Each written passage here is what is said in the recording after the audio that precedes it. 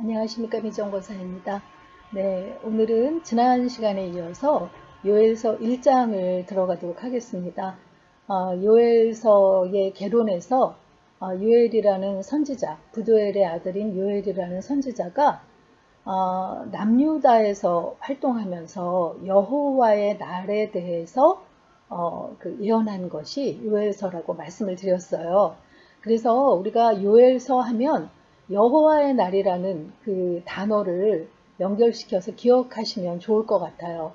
근데 우리가 여호와의 날이 그 하나님을 신실하게 믿고 섬기는 자들에게는 기쁨의 날이고 그 보상의 날이지만 그렇지 못한 자들에게는 심판의 날이라고 말씀을 드렸거든요. 그래서 요엘서 1장에서도 그 메뚜기 떼의 습격, 그 메뚜기 떼로 인한 그 재난과 비유하면서 여호와의 날이 그렇게 다가올 수 있다고 경고하는 그런 메시지를 담고 있는 장입니다. 지난 시간에 그 부두엘의 아들 요엘에게 임한 여호와의 말씀이 바로 요엘서라고 말씀을 드렸어요. 그리고 그 요엘서는 그 남유다의 그 요아스 왕 때 요아스가 그 다스리던 통치 초기에 쓰여진 것이라고 그 말씀을 드렸습니다.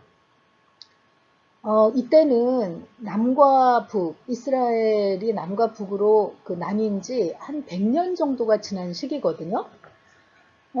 그런데 그 종교적으로 보면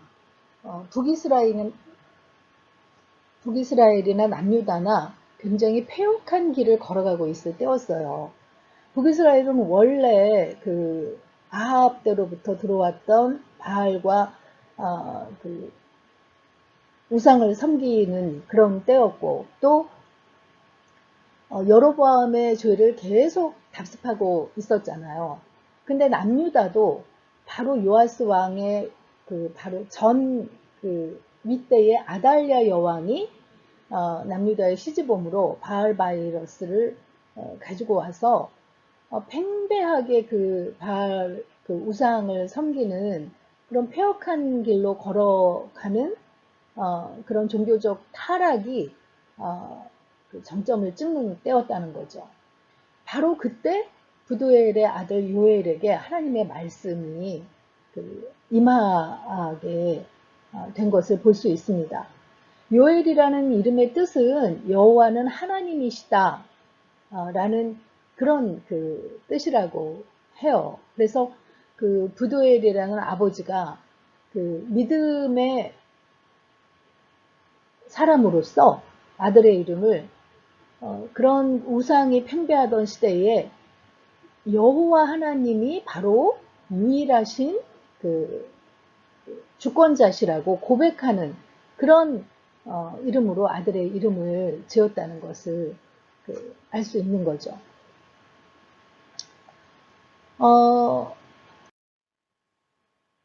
그 요엘서 1장 2절을 보면 늙은 자들아 너희는 이것을 들을지어다 하면서 시작을 하고 있어요.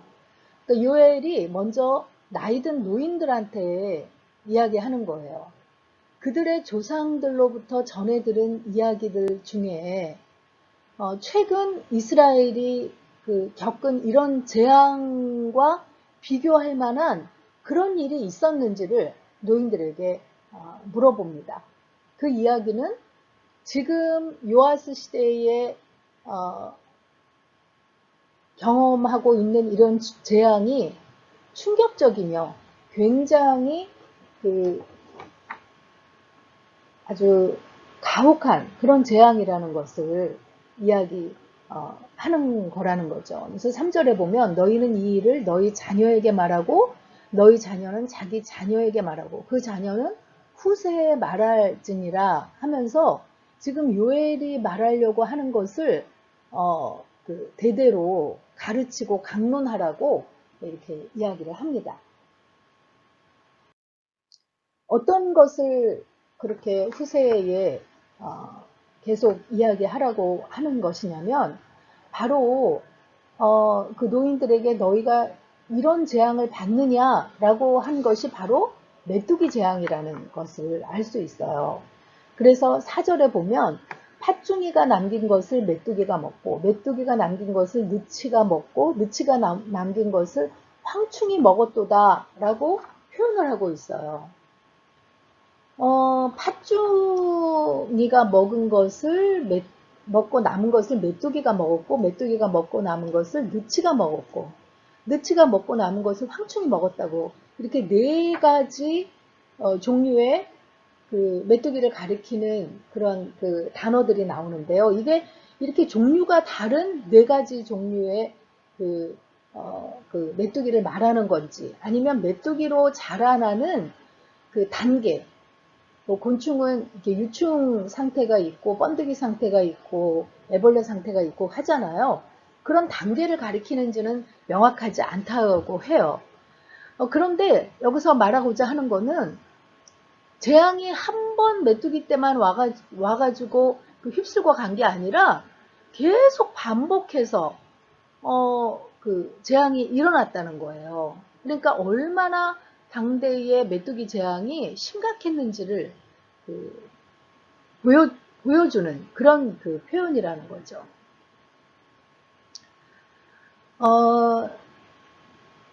이스라엘 백성들이 지금까지 경험해보지 못했던 그런 그 대재앙으로 그 메뚜기 재앙이 반복해서 일어나고 있다는 것을 이야기하는데 지금 요엘이 이런 그 표현을 써서 메뚜기 재앙이 얼마나 대단했는지를 이야기하는 것은 이것이 하나님의 징계이고 하나님의 심판 앞에 우리 스스로를 돌아보도록 촉구하려고 이렇게 그 이야기를 하고 있다는 것을 알 수 있습니다. 그래서 그 5절부터 보면 취하는 자들아 너희는 깨어 울지어다. 포도주를 마시는 자들아 너희는 울지어다. 하면서 이는 단 포도주가 너희 입에서 끊어졌음이니 다른 한 민족이 내 땅에 올라왔음이로다 라고 이야기를 하는 거예요.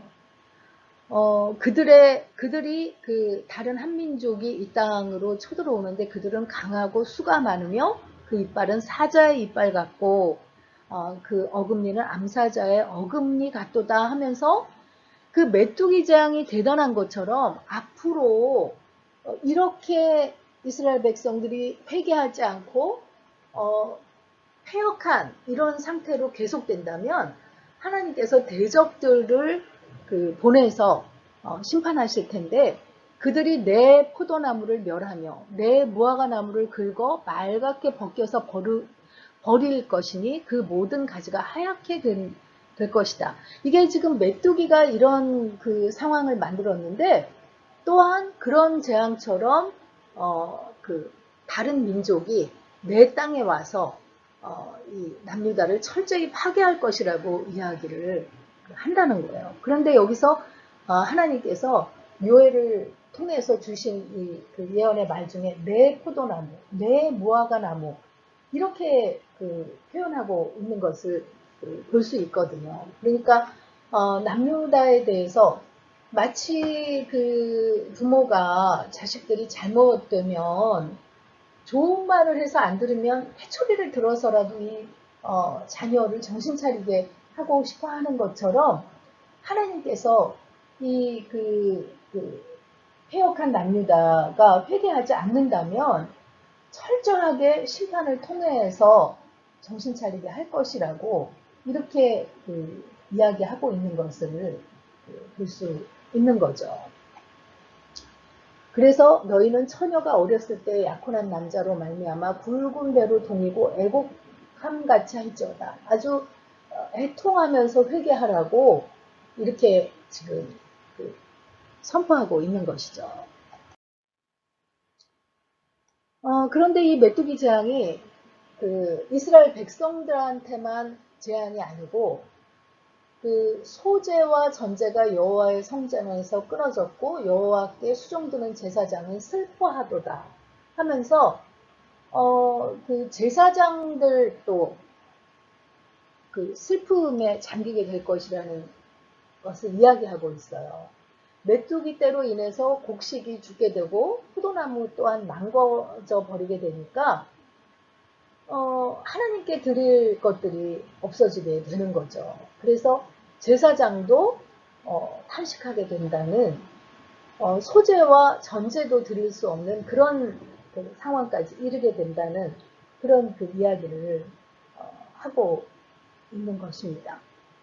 이렇게 그 재앙이 대단한 것을 이야기하면서 하나님께서 요엘을 통해서 너희는 금식일을 정하고 성회를 소집하여 장로들과 이 땅의 모든 주민들을 너희 하나님 여호와의 성전으로 모으고 여호와께 부르짖을지어다 하면서 회개를 지금 그 요구하고 있는 것을 볼 수 있는 거죠. 우리가 북이스라엘의 아합 왕처럼 우상을 극심하게 섬기고 나봇의 포도원을 무자비하게 가로채고 하는 이런 악한 행동을 일삼았던 그 왕이 바로 아합 왕이지만 그가 엘리야를 통해서 심판의 그 경고를 듣고서 금식하면서 겸비한 모습을 보이니까 하나님께서 그에게 내릴 재앙을 유보시켰던 것을 볼 수 있거든요. 그러니까 하나님께서 남유다의 백성들에게도 너희도 지금 취할 수 있는 최선의 방법이 회개하고 금식하면서 중심을 담은 기도를 하나님께 부르짖어 올릴 때에 이런 그 죄를 용서받을 수 있다고 지금 이야기하고 있는 것이죠.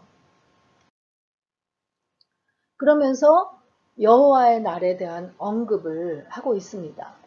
슬프다 그날이여 여호와의 날이 가까웠나니 곧 멸망같이 전능자에게로부터 이르리로다 하면서 지금 남유다의 상태가 영적으로 하나님 앞에 깨어있는 상태가 아니고 패역한 그 죄악의 상태이기 때문에 이 여호와의 날이 슬픈 날이 될 것이라는 거예요. 그러면서 이 그 여호와의 날, 이 멸망의 날, 심판의 날이 곧 이를 것을 선포하고 있다는 거죠. 지금 남유다가 이렇게 나가면 결국은 멸망하게 될 것이다. 이 이야기는 나중에 남유다가 정신 차리지 못하고 계속 이런 상황이 이어져서 바벨론으로부터 침략을 받아서 다 포로로 끌려가고 망하게 되잖아요. 근데 너희가 회개하지 아니하면 이런 그 심판을 고통의 날을 맞게 될 것이다 라고 이야기하고 있는 거죠. 성전에서의 기쁨과 즐거움은 없어지고 사람들의 곰핍함은 극에 달하고 가축들 또한 고통스러워하는 혹독한 고통의 날이 될 것이다 라고 지금 선포하고 있다는 거죠. 그래서 오늘의 묵상 포인트는요.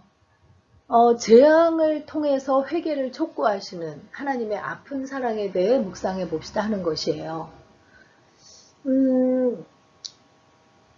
우리가 그 자식이 잘못해서 회초리를 들 때 그 부모 마음은 더 아프다는 것을 다 경험해 보셔서 아실 텐데, 정신 차리지 못하는 남유다를 재앙을 통해서라도 회개하게끔 그렇게 촉구하시는 그 하나님의 마음이 얼마나 아프실지 그 아픈 사랑에 대해서 묵상해 보면서 우리가 어떻게 이 메시지를 받아들여야 될지 한번 생각해 보시면 좋겠습니다. 요엘서 1장 읽고 마치도록 하겠습니다.